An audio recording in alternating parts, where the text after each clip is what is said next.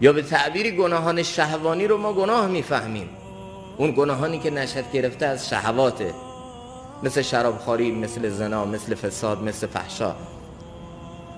ولی گناهانی که مربوط به شیطانیه، گناهان شهوانی داریم، شیطانی داریم. شیطانی یعنی چی؟ یعنی گناهانی که مربوط به عالم درون باطنیه. و ذروا ظاهر الاسم و باطنه، هم گناهان ظاهره رو باید ترک کنیم، هم گناهان باطنه. گناه ابلیس گناه باطنه بود، برای همینه که به تکبر و غرور و عجب و ادعا میگن گناه شیطانی. کسی که غیبت مردم میکنه گویا ادعا میکنه من پاکم، باید عیبای دیگران رو بشمارم.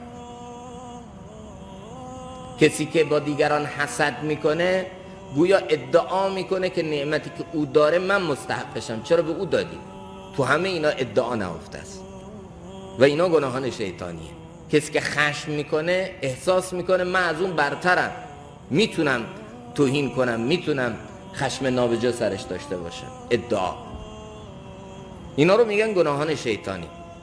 ولی عموما متاسفانه ما اینا رو از لیست گناهان خارج کردیم و احساس گناه بودن این گناهان حتی دل رفته، قبح و زشتی اینها حتی دل رفته، حالا اینکه اینا گناه خطرناکیه، باعث محرومیته.